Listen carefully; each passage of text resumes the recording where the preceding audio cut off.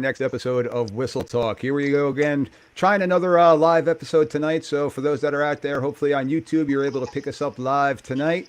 But got a little bit of a different kind of show tonight. So first time bringing in a group, so trying to bring in a full crew here tonight. We were able to get 4 out of the 6 members here in New Jersey. Again, our crews here are typically 6-person crews, but tonight I'm lucky enough to have with us Mr. Steve Citro, the head referee out of the Central Jersey chapter, Christopher Muriello, and we got Anthony Molinaro. Got all the Italians here tonight so far, and we got Kennedy McFadden joining us. So guys and gals, thank you very much for taking the time out tonight and jumping on here tonight. How's everyone doing? Good. Great. Thanks for having us, Mike. Good. Thanks for having us. Yes. Absolutely, absolutely. So just taking a look over here. All right, we do got our podcast is going live right now. So again, something different tonight. I wanted to bring on a crew. And I know how my crew works, so that's why I wanted to kind of reach out to a different group from across the state. So we're kind of mechanically the same, but the crux of why I asked you guys all to come on tonight is I want to start talking about communication between crews and how important it is for us. And I picked it up from somebody else, but I refer to it a lot. Us being the third team out on the field, and how that all plays a part in becoming a third team. But before we dive into the whole communication thing, let's go around the table and allow each person to introduce themselves. So, Steve, you're our head referee, so we could start off with you, if you don't mind. Sure. Again, thanks for having us, Mike. So I am the referee and crew chief with these other 3 fine officials with me tonight. We've been together as a crew. This is only our second year. We started up last year. We had a solid first season, trying to build upon it. And one of those things is we're constantly working on our communication. I'm sure we're going to deep dive into that as we go along here tonight. Absolutely. All right, Chris, how about you? How you doing? Thank you for having us again. So I am actually a hybrid official this year. I'm on the line as well as deep. It changes week to week. So it's definitely been exciting. And yeah, we're happy to be here. Happy to have this conversation. Cool. Thank you again. And Kennedy, the young old person I was told in pre-production. How you doing tonight? Hello, I'm good. Thank you for having us. I've been officiating for 3 years now. I am the side judge on my crew, and I'm looking forward to joining this podcast today. Thank you again.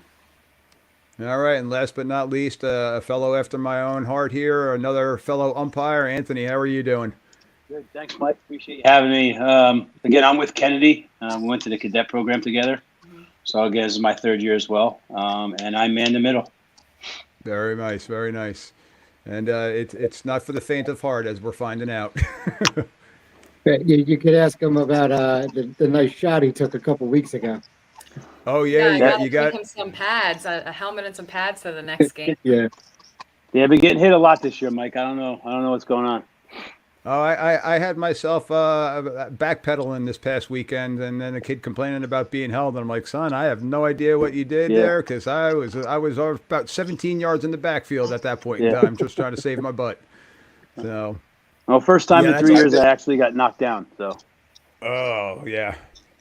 I did a junior varsity today, and I was actually the umpire, and I do not like it at all. I got hit twice, actually. I'm not too good at moving out of the way just yet. I need more training. Well, listen, have you ever played basketball? Yeah, I did growing up.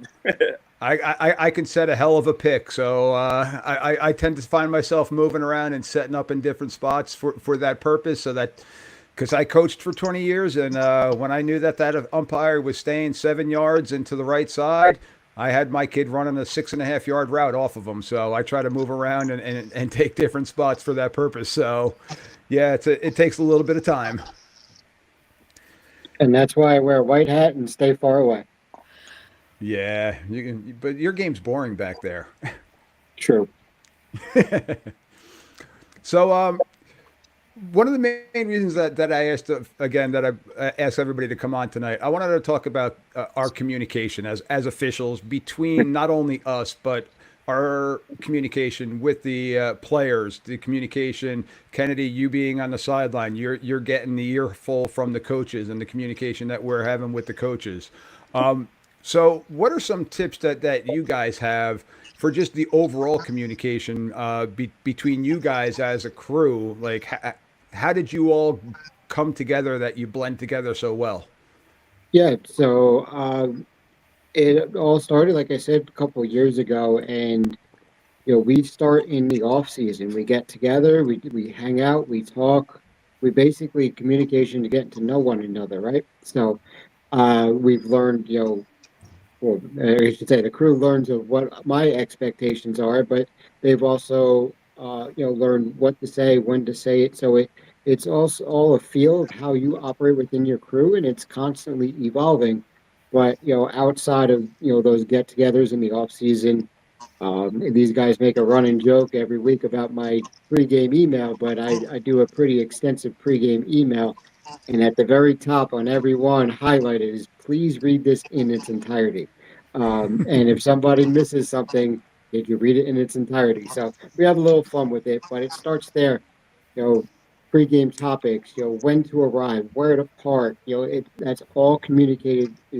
I get the information from the AD and relay to the crew. And if they don't respond with a confirmed email, I know I get in a little tizzy. Like, did they get my email? They're going to show up to the game. So game week starts right there today on Monday, pregame email. So that's step one for us. All right. We already got our Anth- pregame email for this week. It's already been in the inbox for a little bit now. Yeah. But does that inbox now have it as being unread or read? So It's red. We are confirmed, and see you on Okay. Thursday this week. Yeah, I got a game Thursday night myself this week. So I So, can Ann- confirm all but one have read my email to this point, at least acknowledge that they've received it. So I received it and read it in its entirety. That was there you go. Okay. that was nice of you, Steve. Not calling anybody out on that one. No, that person's actually not on the call, so we're good.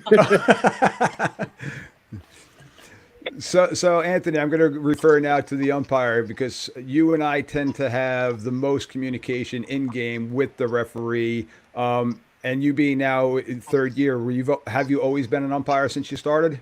Yes. No. And now, what specific things are you and you and Steve going over pregame, during the game that you guys are communicating with each other? Like, I know how I am with my head official, and we took some time to get to know each other a little bit differently than when I used to be a short wing to start off, and then I moved to the middle. What are some things that you and Steve have been able to kind of put together so that you guys know that you're on the same page? Well, basically, in the beginning, for my pregame stuff, I usually get some kind of penalty enforcement stuff. So I usually go over my penalty enforcement with them, how I'm going to do it with my my head linesman. And then before the game, we meet with the coaches. We go over everything that it concerns me and him, make sure that we got a coin for the coin toss. And then we just have a meeting between us to go over, how we're going to count, how we're going to communicate on the radio, what he's looking for me to say, what I'm looking for him to say for the foul and the reporting of fouls, because all the fouls have to obviously go through the umpire because we have to do the enforcement. Yep. So it's just basically stuff like that. Yeah, and So- we're at the point now, Mike, where most of our communication is nonverbal, right? So we have the timing of the count of the offense down. The two things we fear most in that pregame conference is hearing muddle huddle, right? So we've learned how to communicate on those, and okay, are we in scrimmage kick formation? Do we have the right numbers? Anthony does a nice job pre-snap. If our snapper's not 50 to 79 on O, snapper's number 85. This way, if something happens, 85 can't catch that pass, right? Yep. So it's a bit, of a nuance that we figured out over the last, year and a half, but we've got it down to a pretty good part, and just, like I said, hopefully we don't hear that term muddle huddle at all in our pre-games anymore, and we're good to go.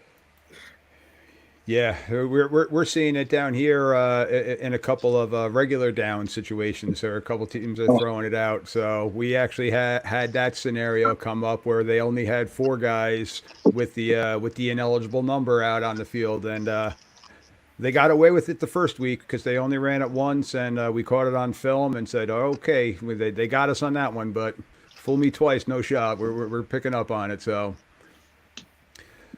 now, Kennedy, how is it with you now communicating stuff into them? How much on the O to O are you utilizing, or are you more hand signals and nonverbal type communication?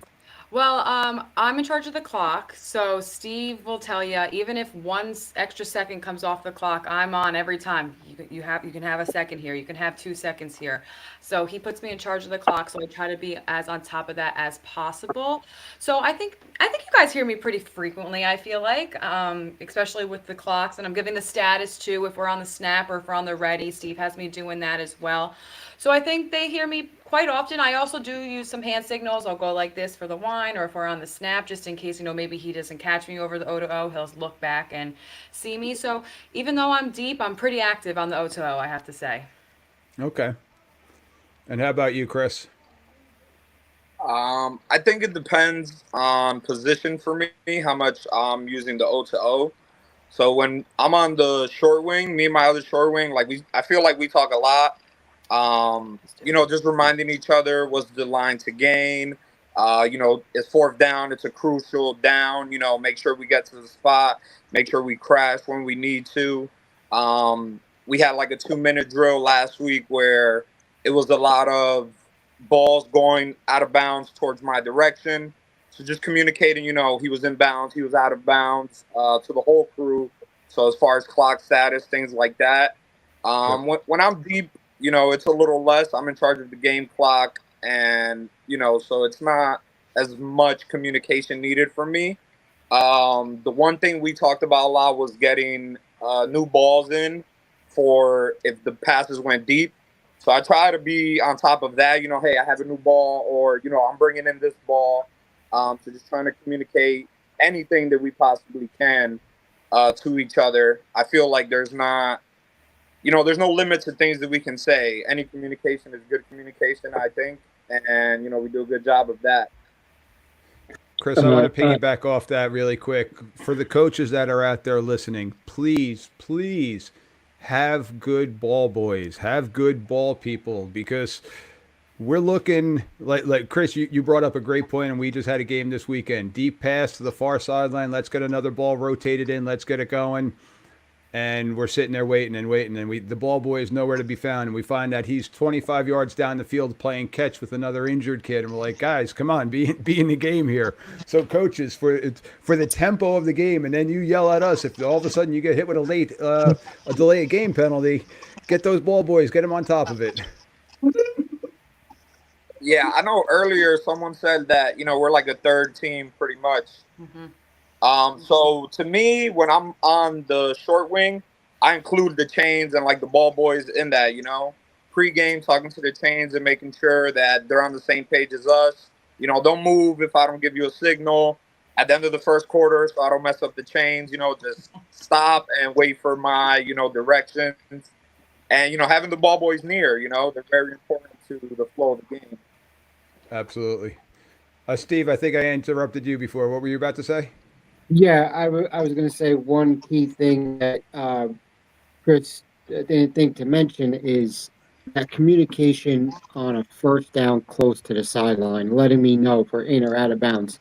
I think everybody who's called knows I get antsy when I don't get that information. Yeah. So I need to know if I'm chopping or winding, right? Or Yep. silent, chop, I guess you should say. But that's information that's critical for me in my role. And, even if I just look up and I see a little one of these or one of these, it doesn't have to be much. But, over to O as much as we can. What Chris said, you can't communicate too much. There are times where I will say, I don't need 4 people telling me the same thing, though, right?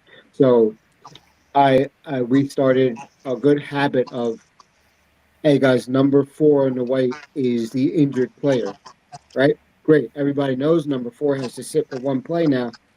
I don't need the entire echoing that back to me at that point. So communication is great, but there is such thing as too much communication, in my opinion. Um, and my big thing too is don't get on the O to O live ball. That's going to distract people. Yes. Um, you could ask Anthony. He and Zach, who's typically our head linesman, will communicate over to O to O penalty enforcement. Hey, we're going from the 35 to the 45. Surprising myself, that doesn't affect me as I'm making my announcements. I know some referees it would, but I like hearing it because I can confirm in my mind, okay, I know we're going to the right spot afterwards. That's also probably helping you with pointing direction, because I'm sure as a head crew chief, you've probably pointed towards the defense when it was supposed to be towards the offense accidentally. I did that And this week. so hearing that, you've done that too before, I did Kennedy? that last week. Yeah. That human element that we have, absolutely. So I know, and talking about the O stuff, my particular crew that we're with, we kind of echo the same sentiment that you all seem to have. We're not very verbal on the O if we don't need to be. Penalties, let's get on there, let's communicate it. But we've actually gotten to a really good rhythm. I like to fill in for other crews too. So if I got an off weekend or if there's an extra day, I'll tell my assigner, hey, throw me on another game, because I like to see how other crews are working different things too. And there's some crews where everybody's stepping on each other with the O to O, and this person's talking, that person's talking, and then the referee is like, I didn't hear one word that was said there. Well, everybody just shut up and just, okay, Kennedy, you had the flag. What do you have? And that's it. So I don't know how you guys are with that. If you have a set protocol with communicating in a flag, or if it's going to Anthony first, or if you're gathering together and discussing it, or if it's still over O to O. I think So- it depends, kind of. Like, what did you say, Steve? It depends, and really? Yeah, so to that point, I do say clock status Kennedy is the primary over to O to O. So I don't want anybody else coming over with clock status, right? I let Anthony and Zach work it out who wants to communicate the enforcement over the radio, but they worked out. Anthony, I'm pretty sure you're the one that takes primary on that. The calling official, I request, and we're still working on this a little bit, but when you report it to me, I want everybody to open their mic, the calling official to open their mic, and this way the entire crew knows what we have, right? Yep. So those are kind of the standards I try to implement on the team. But beyond that, if you have something to say, you can.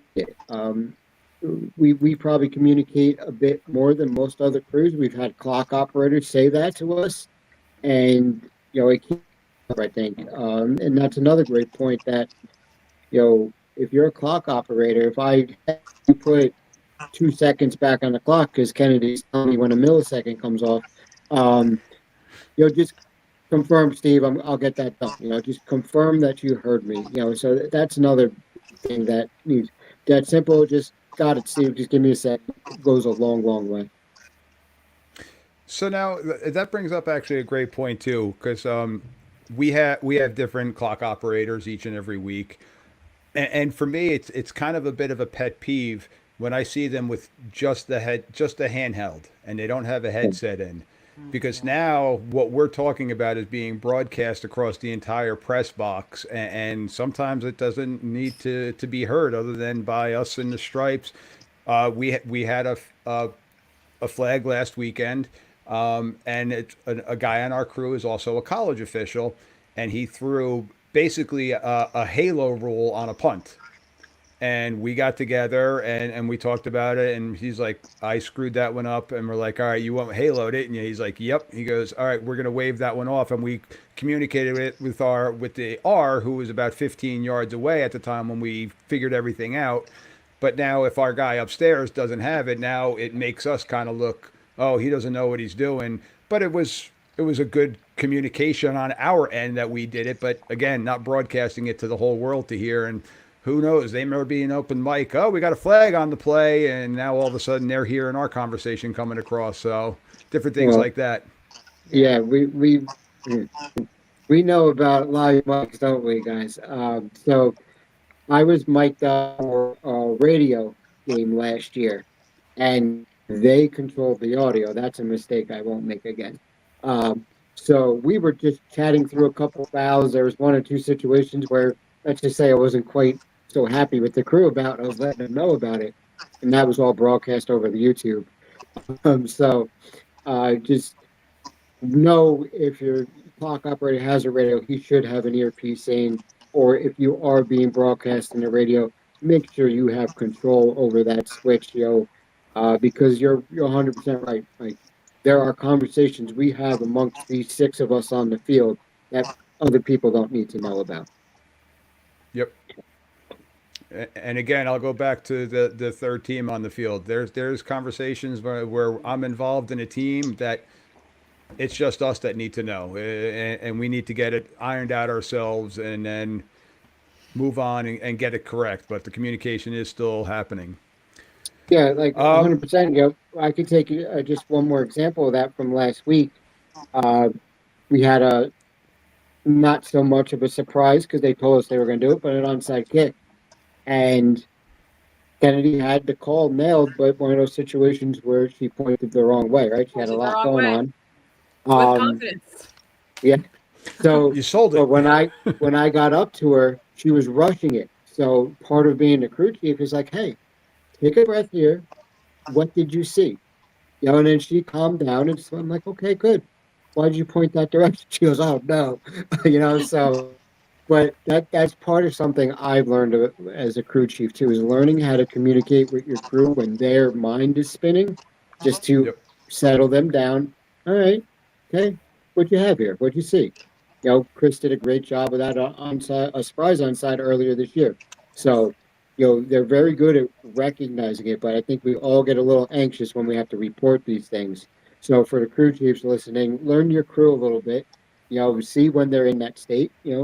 I've had a guy, hey Steve, want to go for a beer after game? I'm like, what, huh? And then it just snaps me out of it. Okay, now what'd you see? So kind of learn the folks you're working with. That's another very effective communication method. So now I know if I ever work with you guys, just pull a little Joe Montana. Hey, is that John Candy in the front row? Yeah, exactly. Just like I've been there myself. I've told people, especially early in my career, if I'm hearing the headlights, settle me down. And then okay, I can explain what I saw and we can get through it. Yep. Mike, I So- usually bring the jokes to the crew. Mike, that's usually me. Oh, there you go. There you go. So you're the one snapping them out of it. I'm usually the jokester. Except for when now- I bring him a joke in the middle of the field. He goes, "Come on, man, I'm trying to be serious here." That's him playing a joke on you, Steve. Yeah, there you go. So now I'm going to go back to the Stone Ages. The Odo is relatively new in the past 5-6 years here in New Jersey. So before that, it was all nonverbal communication.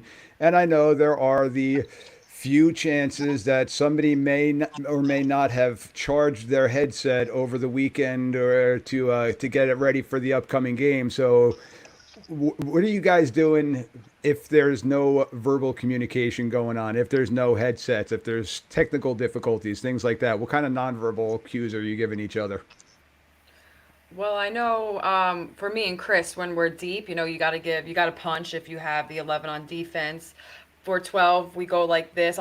Without the O2, I'll go like this. And then if we have 10, I'll just give them like a signal down here with my hands open, kind of like a sideline warning symbol, but like I'm just normally looking at Chris going, I have 10. So that's what I know me and him do deep when we're counting players and stuff of that nature. Yep. Yeah, I know on the line, I mean, obviously we're punching for the guy in front of us, make sure he's back. I don't know if it's still proper mechanic, but I do double sticks, every time that I see it. Even the two back, like I'll do like a two kind of signal, just to let him know, there's two back on my side. And I mean, we had a game where my deep official, his mic went out. So pretty much, just running up to him every, few seconds, looking at him, making sure he's good. If there's anything he needed to communicate, I would relay that to everybody else. So even just something as simple as that. Yeah, and I know you mentioned that you don't know if it's still the mechanic, but even just doing that subtly, the cross, I still do it too. I don't. I think it's still for the double sticks. I'm signaling it to both my wings that we had double sticks.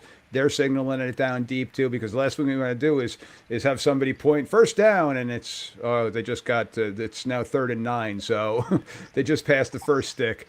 But yeah, so when I'm a short wing, I'm giving the kids a chop. Okay, I got you on, and then I'll bring my hand down. But the hand punching back, that's still normal. But now in the middle, and Kennedy, you brought this up.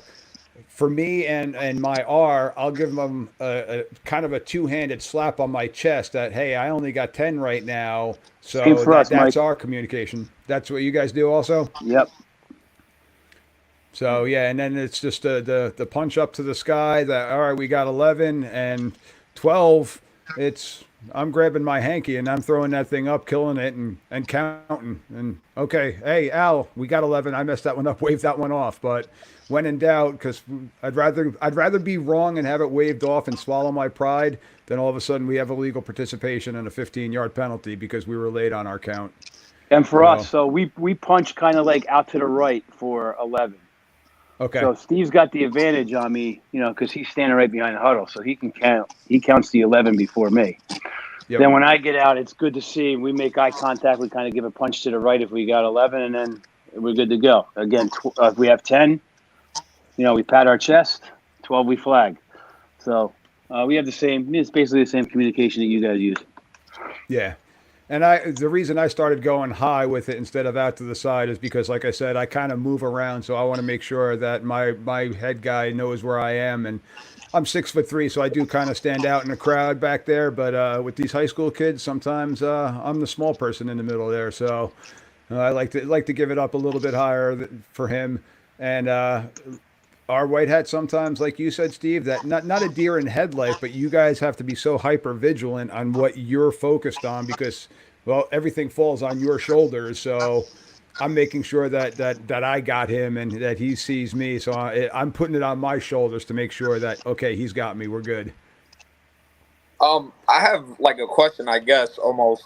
So today I said, I did a junior varsity game. I was the umpire. So I would count the defense every play and punch to the side. There was a play where the line judge threw a flag because the offense had 12, and he was basically telling me that it was my responsibility, and I just wasn't sure if that was accurate.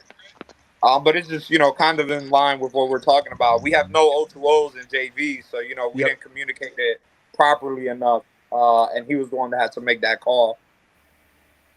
So my question back to you, because it's different. Each school that we have down here tends to be different. How many people did you have officiating the JV game today? So we were 4, 2 on the line, a referee, and then myself as the umpire. Okay. Yeah, because half of our JV games are 4, the other half we're getting 3. So that's definitely changing up with the mechanic on Yeah, it's the that. same up here. It's the same here. Yeah. I mean, I love the 4-man mechanics, especially with the JV games. I think it should be necessary because those kids are a step away, an injury away, a pulled hammy away from being out on the varsity game. So their competitive juices are flowing, and some JV teams are going to go out and beat varsity teams. So having 3 people, it's putting us in a disadvantage, and also I think it puts the teams in a disadvantage too. So. Yeah, and I'm also a proponent of 4 because it puts you closer to our 6-man mechanic, right? Yeah. 3, first off, if you only have 3, it depends on the 3 that are out there how you're going to operate, right? Everybody does it a little differently. At least 4, you could have a set mechanics be very similar to or close to the 6-man mechanic. So. Honestly, Chris, I can't answer your question. I haven't worked a 4 official game in a long time. So, but it's just somebody's got to count something, right? At the higher levels, I know short wings are responsible for counting the offense as well. I don't know how you count from the sideline, but they're supposed to. So, Yeah, and that and was then something. And in the old 5-man mechanics that I was working, I would always in my head, I saw two people running off to the sidelines. I would just have I would have two fingers just dangling down on my side, knowing Mhm. that okay, two left the sideline. That means two got to be coming off the sideline. So I kind of just did those little nonchalant cues just to myself. So knowing that hey, in the 5-man mechanic, I got to now work with just a back judge. I don't have a deep person doing those counts, so I'm going to help them out and give those counts too. So Yeah, for sure. And I just thought of something too. We were talking earlier about signal double sticks, right? And we were talking about this signal. I've since reverted to this signal because if you do okay, this, what does this look like, right? This looks like a stop the clock. So yep. either make sure it's low or change it up a little bit. Oh, that's a good point. I like that. I like that. So just kind of your hand shuffling and simulating two sticks. So that's definitely a good one. Yeah, and So then now, one signal too, just thinking a little more that Anthony and I started relying on a bit more is this one, right? A lot of folks think that's fourth down, we're killing the clock either way. That's not technically what that signal is for. That this signal on fourth down is to say we're in scrimmage kick formation, right? So yep, we're giving that snapper protection. We talked earlier about the dreaded muddle huddle, and especially when we have that, I won't signal the rolling of the fish until they shift into a traditional field goal formation. This way, Anthony and I know, okay, we're in scrimmage kick formation now. We can have the number exception. So that's the other thing that this signifies, right? Is we can now have the numbering exception in play. So yep, and definitely that reminder too of it being a live ball as opposed to okay, clock is we got a clock's not moving now, so we got to run and play here, or if a block happens, we're going with it. We're not killing it right away. mhm.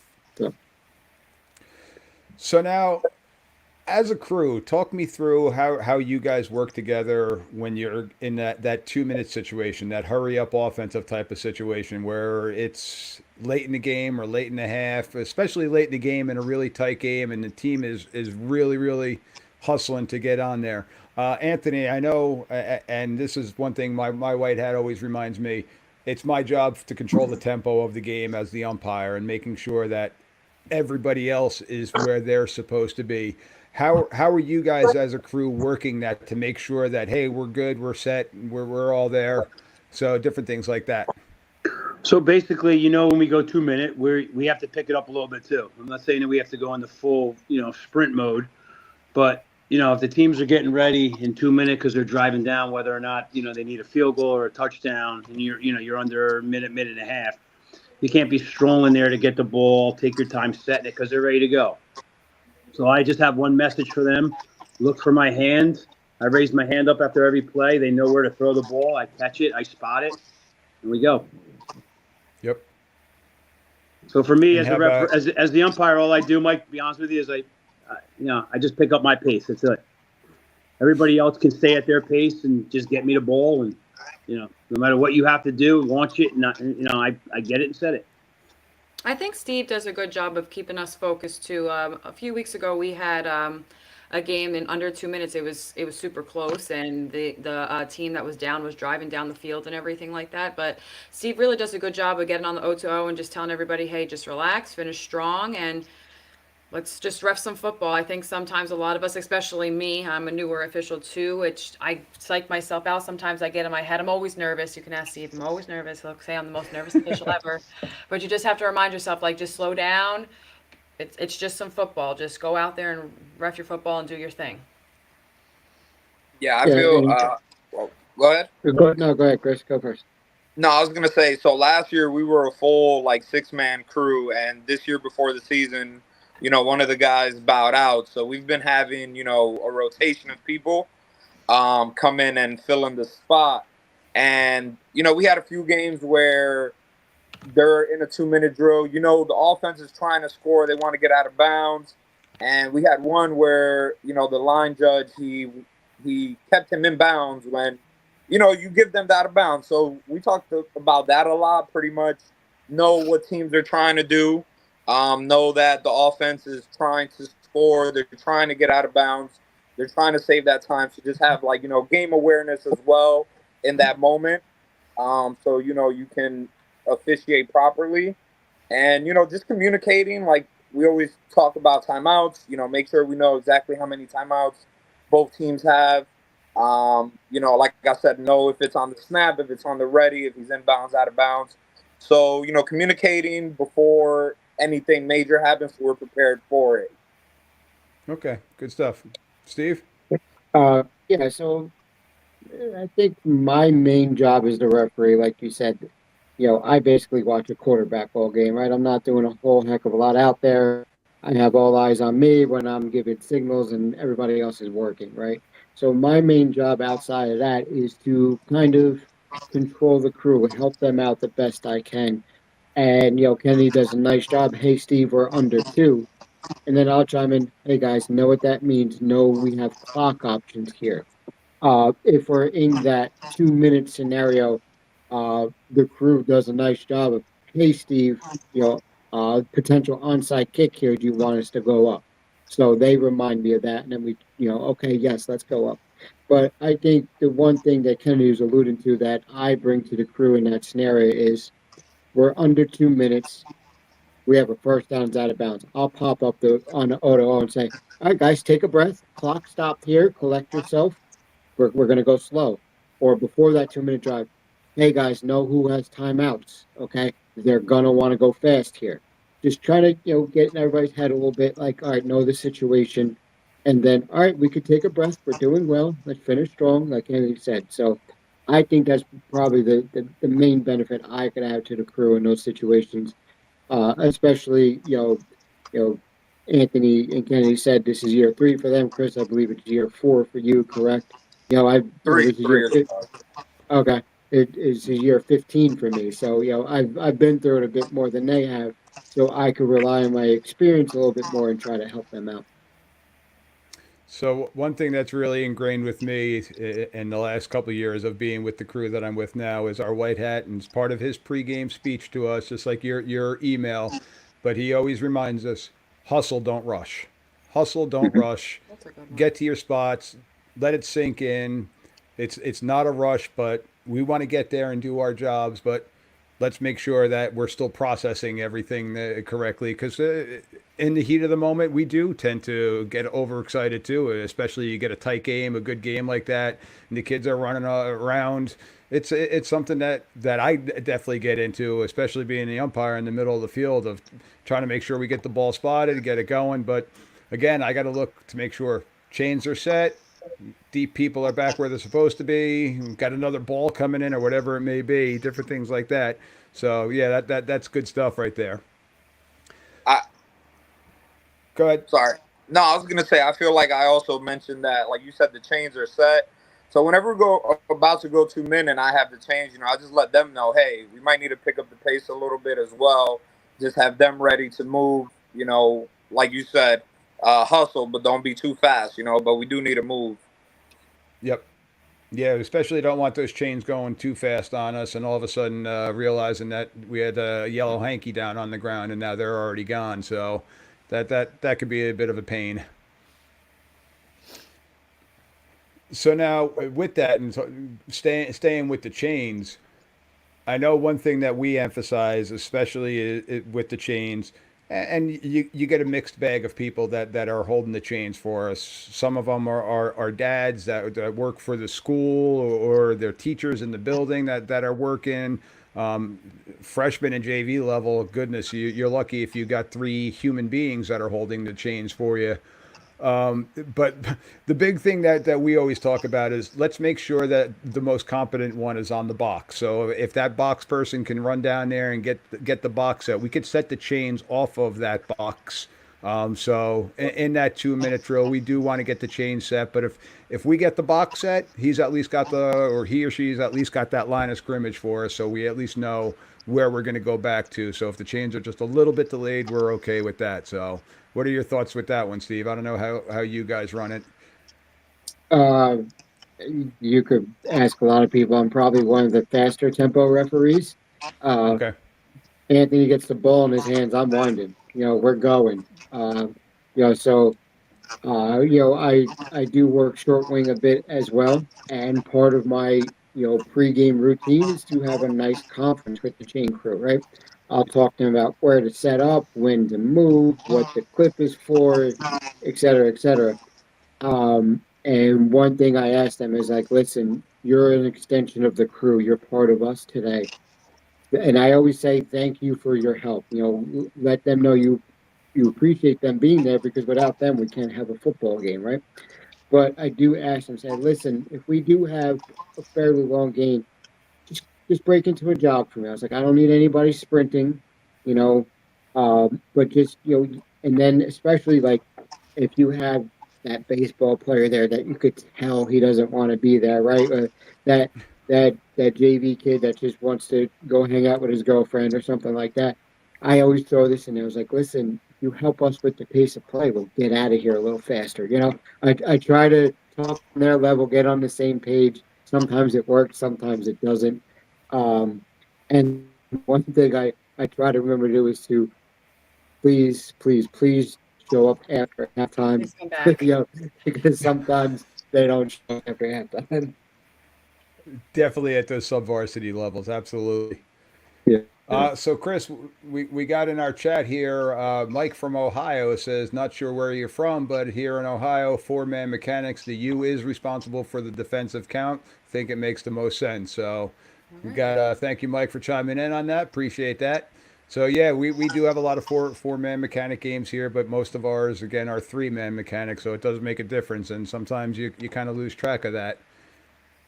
And we all know that that's where we're going to find the craziest stuff when we're working those lower levels. The trick plays and the coaches drawing the stuff up in the dirt, saying, "All right, let's try this play and see if we can get away with it." Yep.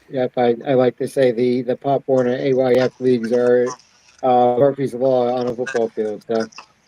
Absolutely. So last topic I'd love to dive in with you guys all. Post game. We're communicating. You talked about your pregame conference and your pregame emails, and now communicating during the game. What do you do together as a crew post game, and how do you evaluate yourselves or different things like that? What tips possibly do you have? So when I don't see the dust cloud of Chris getting out of the locker room before I even sit down. I knew that was coming. Yeah. We got a couple of folks who like to rush out after a game. But one thing I like to do is after game, I'll give my little assessment. All right, guys, this is what I noticed we need to work on. Yada yada. How does everybody feel? Anybody have anything we talk about? And typically, things that I say we need to improve on will be in next week's pregame. Right? It'll carry over. We talk about it. But that's a little bit of what goes on in the locker room. And then once we get our huddle film, we all watch our huddle film. I have a spreadsheet for season, and game by game, I try to go watch every play as much as I can of every game, which sometimes is not easy, but I'll give notes. And okay, on this play, we had a little trouble early in the season of him moving around a lot. And granted, he had some good offensive lines pushing players into his lap, but we talked about getting settled in, and game by game, you see an improvement now based on those evaluations we do. Self-scouting and things like that. So it carries over from we get off the field, we get back into the locker room, quick 5-10 minute chat, but then the game evaluation comes in, a number of text messages. Last week, not last week, 2 weeks ago, we had a pretty unusual play where we had OPI and DI on the same action. And, talk about communication.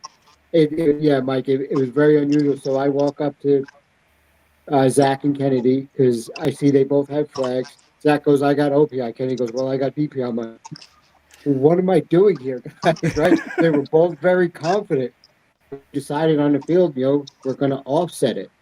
And sure enough, when we looked at the film, it was clearly there both ways. And I was like, this is crazy. So chatting about situations like that and reaching out to our mentors and folks that have done this a little longer. Hey, how would you handle this situation? So I know I've talked a lot about post game, but that's some things I work into my routine in between games. That's great stuff. And yeah, I'm my 20 years of coaching background got me addicted to huddle. So I'm a film junkie still right now. Anthony, how about you? What are some things you do post game valuation wise? It's the same exact thing. Usually, we all come dressed professionally. We have a professional standard when we walk in, so we don't come in uniform. So we all get there early. We get our uniforms on, and on the way back, we change and we go, khakis and polo shirt. That's how the majority of us leave. So there's a 10-15 minute time frame that we have to sit back and get dressed. So there's a constant conversation. If you think you might have missed something on a play or something happened that might not have been your call, that you didn't understand the way something was called, we throw on each other. Or somebody's mad because of some thing they think they might have screwed up. We talk each other through it. And then at night, usually if we can't sleep, or I work early Sunday mornings, so I usually am the first one to watch the film. And it goes back to the way we do for preparation and communication. We are constantly all week throwing stuff around on it. We have a group text message or a group chat or whatever you want to call them. We're constantly throwing stuff to Steve or to each other about, a play that we had, a play that we saw. And we get 6 different, thoughts on it. And then it usually comes up in a pre-game or a post-game conversation the following week. Good So stuff. what I'm saying is we don't officiate on Friday, and then next week we have a game on Thursday. We don't get back together into it on Thursday. We had our game on Friday. We huddled on Saturday. Our pregame comes out today. We'll joke around all week, and then Thursday, we show up and we start our pregame, and we're back at it. Good stuff. Kennedy, Yeah. anything you'd like to add? I would just say really the same thing. After every game, we go in the locker room together. We all talk it out. What did you see? What did you have here? Sometimes you have to talk somebody off the ledge because they're a little upset over a call they made. But, you just got to kind of move on to the next week. I know with the OPI and DPI play we had, I couldn't wait for that film to come out. And I the second it came out, I went and I found that play. And I texted Zach. I was like, play, I think it was 155. I was like, 155 that's our play. Go look at it. I said, I think we got it right. I think we talked about that play for like a week and a half. If it was OPI, if it was DPI, what all of our referee colleagues were thinking of it at that time. But just really, I think most importantly, I love watching the huddle. I love going on and watching the film. I think that's where I get a lot of pointers and knowledge, and I can better myself. So I really do like to tune in and get the huddle from the game day. I'm a little upset from our past game this week. But the first quarter is only like 13 plays, and I wanted to see a few things on it, but I can't watch it because we don't have those plays. But that's just how it goes. But I think it's really important. Like Anthony said, we don't just show up on Friday and throw our clothes on and ref. And that's something my mom's pointed out to me. She's like, I never thought that this much goes into reffing. She's like, you just kind of think you go out there and ref the game. I said, no, we have our meetings. We have our great emails that Steve gives us, our pre-games, we go to clinics. So it's more than just showing up on Friday night and throwing the stripes on. There's a lot that goes into it. Absolutely. And Chris? In my defense, I do always ask 100%, like, hey, what do you have for us, in the post game? I don't just leave that quickly. But no, honestly, like Steve said, the post game in the locker room, it is usually a quicker thing, just where we talk about some big plays, big moments. We do learn there too. I'll ask, hey, did I do this right? Or what do you think about that? But like he said, it's all about what happens after the game. Reviewing the film. The game evaluations are, it's the little things that you don't even think about that they're observing you for, It's not always the flag that you throw or don't throw. It's very small things, mechanical things, just how, you are presenting yourself out there as well. So, we carry that throughout the week, and it's never just, hey, this game is over and that's that. So like I said, this is my third season. In my first year, the crew was very, we're here, we're gonna get paid, we're gonna do the game, we're gonna go home, So it was kind of a culture shock to me to see how much, he cares, and it's spread through us. And like I find myself doing homework and watching film and doing all these things like Kennedy said, it is a lot of work, and it feels worth it when you go out there and after the game I say, hey guys, like I feel like I had a great game, and it makes you proud to do that. I feel like I learn every week something new, and that's all part of the system essentially. That's great stuff.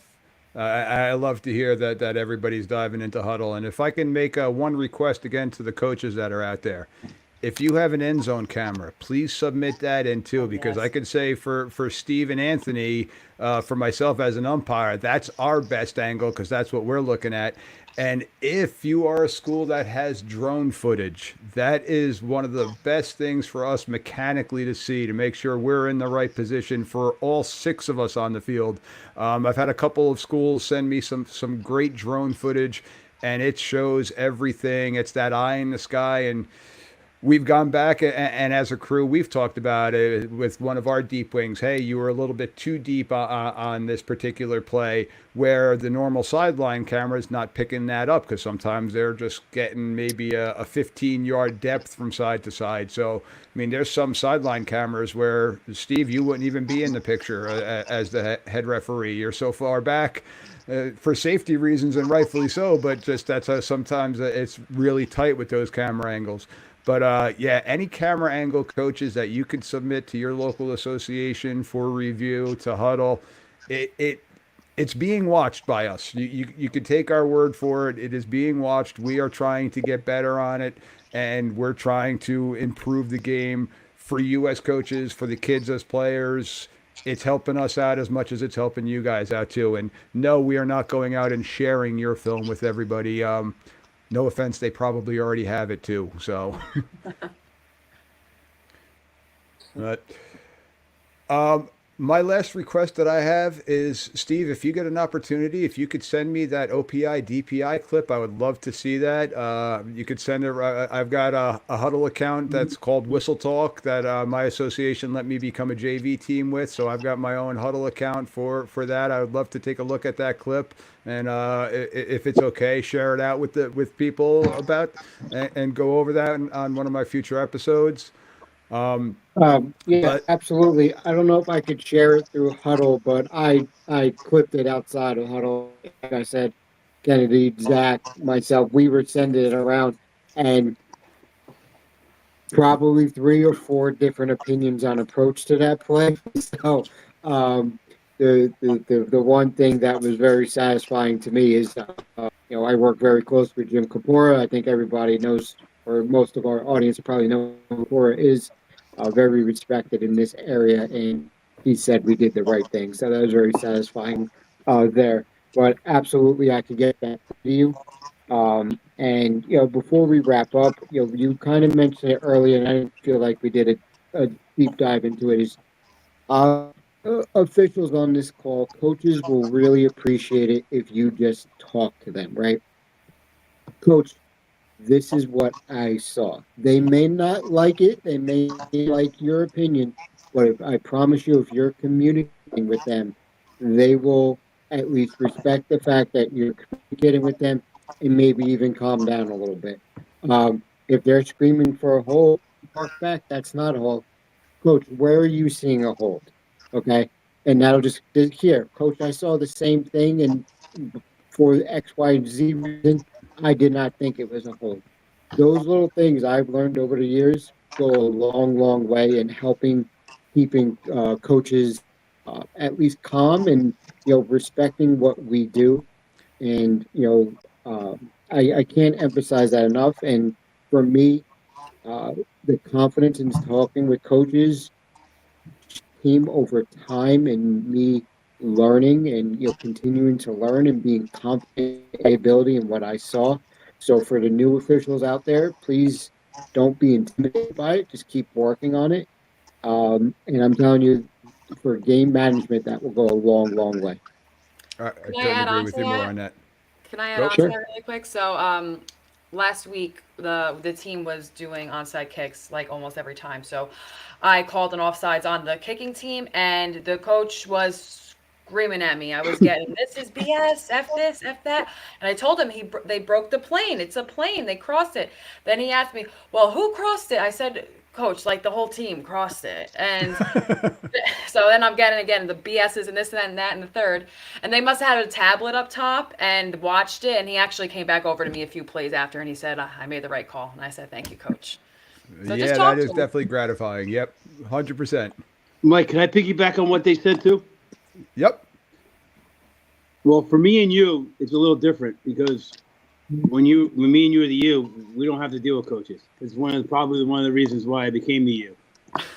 So we have to have the same rapport that they have with the coaches. We have to have with the young men because we control what goes on in the middle. So as these guys know, I don't want to say yelling and screaming in a negative way, but there's no doubt that anybody hears me. You will hear me. I'm on every single play. Get out of there. Use the ground. That's it. We're over. Let's move. And I think that we as umpires have to do that because there's been games where it could get out of control with these kids. And we are basically the police in the inside. We're the cop from the middle of the field. So, for these umpires that are out there, be able to go up to a kid and come stand behind him and just talk to him a little bit. And you'll never know if these guys will really, they'll listen to you. No, I just had a situation this weekend. We had a first-year cadet work his first varsity game with us as a replacement. And I don't know about you, Ant, but when that ball gets snapped, I spit the whistle out of my mouth. I don't have the whistle in my mouth because I'm not making an inadvertent whistle. And it was his first varsity game working on the sideline, working as a short wing, and play was over. I put my hand up to signal, like, hey, I got him down, but I'm not blowing the whistle because I'm going to wait if you got something different, progress or anything like that. And he was really late on the whistle, and he's like, oh, Mike, I thought you were going to have that whistle. And just had to explain to him. I'm like, no, this is how I operate, and you being a newer person today for our crew. I said, understandable, but just make sure you sell it. And for me, pre-snap, I mean, Steve loves the finger whistles on the umpire, but I use a lanyard, and I hold the whistle in my left hand, and the only time I plan on blowing is if I got, a bad snap on the center or one of my keys moves early. That's the only time I'm blowing my whistle. And then as soon as the play, I drop it out of my hand, and I have both my hands for my flag or my beanbag. And Steve, I gotta have Anthony's back on this one. It's tougher to catch the ball coming into place when you got a finger whistle on and your fingers are locked together. So it gives us a better chance of catching the ball because, no offense, there are some side wings out there that thing comes in like a duck. So we need That's two me. good hands. You're guilty? Well, I told Steve, I was like, next time you have a female in the class, you just have to have a class about how to underhand throw the ball in. I think part of the issue is my hand is so small compared to the ball, but that's like another running joke on the crew that I just can't throw Yeah, the ball. Kennedy, we had to make sure you could blow your whistle before you could throw Yes, the ball. the okay? whistle. I couldn't blow the whistle at first. As crazy as that sounds, I could not blow the whistle at first. One thing Mike, at a if time. Kennedy's getting the ball, it's a handoff. I run all the way in. I'm like at the hashes. I'm like, here. And Good to stuff. be clear, I hate the finger whistle. I'm trying to coach Murillo here to not use it. So that's just Anthony breaking jobs there. I agree with both of them though, because today I umped with the finger whistle and it was really annoying. And they told me, they said, stop blowing your whistle. You're not supposed to use it at all as the umpire. I'm like, I didn't know that. Yep. We got pre-snap, and after that, it's up to the sides for forward progress and to get the spot. So that's where me being a big loud Italian, I'm using my voice and I'm refereeing, I'm officiating with my voice as opposed to a whistle. So, well, at this point, ladies and gents, I want to thank you once again for coming on the show. I truly appreciate it. Thank you for taking the time out of your week. If there's anything that I can do to help you guys out, please, by all means, reach out to me. You have my email address, and for the folks out there can reach out, and I can reach out to the group I had here. Go to MikeDTheReferee@gmail.com, and I'll be able to put you in touch or find out an answer if you've got a question for the crew that I have here. Ladies and gentlemen out there, please make sure you go to those YouTube channels, Spotify, hit those like, subscribe buttons, and different things like that. We're just trying to get the word out about what we do and how we are the third team trying to continue to get this game to be greater and greater each and every day. Once again, Steve, Chris, Anthony, Kennedy, thank you very much for coming on tonight. I appreciate you guys. Thank you. Anytime, Thanks Mike. for having us, Mike. It was fun. Go Yanks. Yes, go Yankees. I may have just lost half of my audience right now. Sorry, go Mets. We got both of us in here. Go Mets. Now I definitely lost my audience. Thanks. All right. Thank you once again, everybody. Have a great night and have a great rest of your season. Thanks, Mike. Thank Thank you. you. as well. Thanks, Mike.